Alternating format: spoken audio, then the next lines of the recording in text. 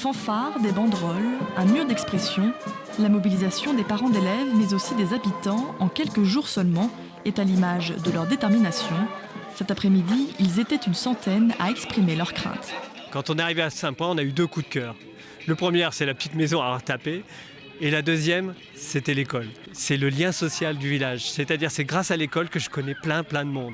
En plus, il y a une amicale des anciens élèves et tout. Et dans les campagnes, c'est vraiment important que cette école, c'est le centre de vie. L'école maternelle de Saint-Point accueille 14 élèves dans cette classe unique. Partagée en coin mathématiques ou coin français, l'assistante maternelle y a vu passer des générations d'enfants du village. Ça, c'est la partie art plastique, peinture. Depuis 27 ans, ça doit faire 540 enfants en gros que j'ai vu passer ici.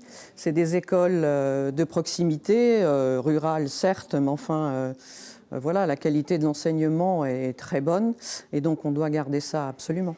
D'autant que fermer la classe de maternelle à Saint-Point revient à condamner à court terme l'école primaire de Bourvillain, toute proche, et ses 35 élèves. Pour le maire, l'argument d'un nombre insuffisant d'élèves en maternelle ne compte pas. Ce n'est pas 14 élèves qui empêchent une école de fonctionner. On ne peut pas dire quand même qu'il n'y en a pas suffisamment. Certes, il y en aura un peu plus, ça leur ferait plaisir, mais aujourd'hui, ce n'est pas le cas. Mais ce n'est pas une raison pour tout sacrifier. On ne doit pas tout foutre en l'air pour simplement une question de 2-3 personnes en plus ou en moins.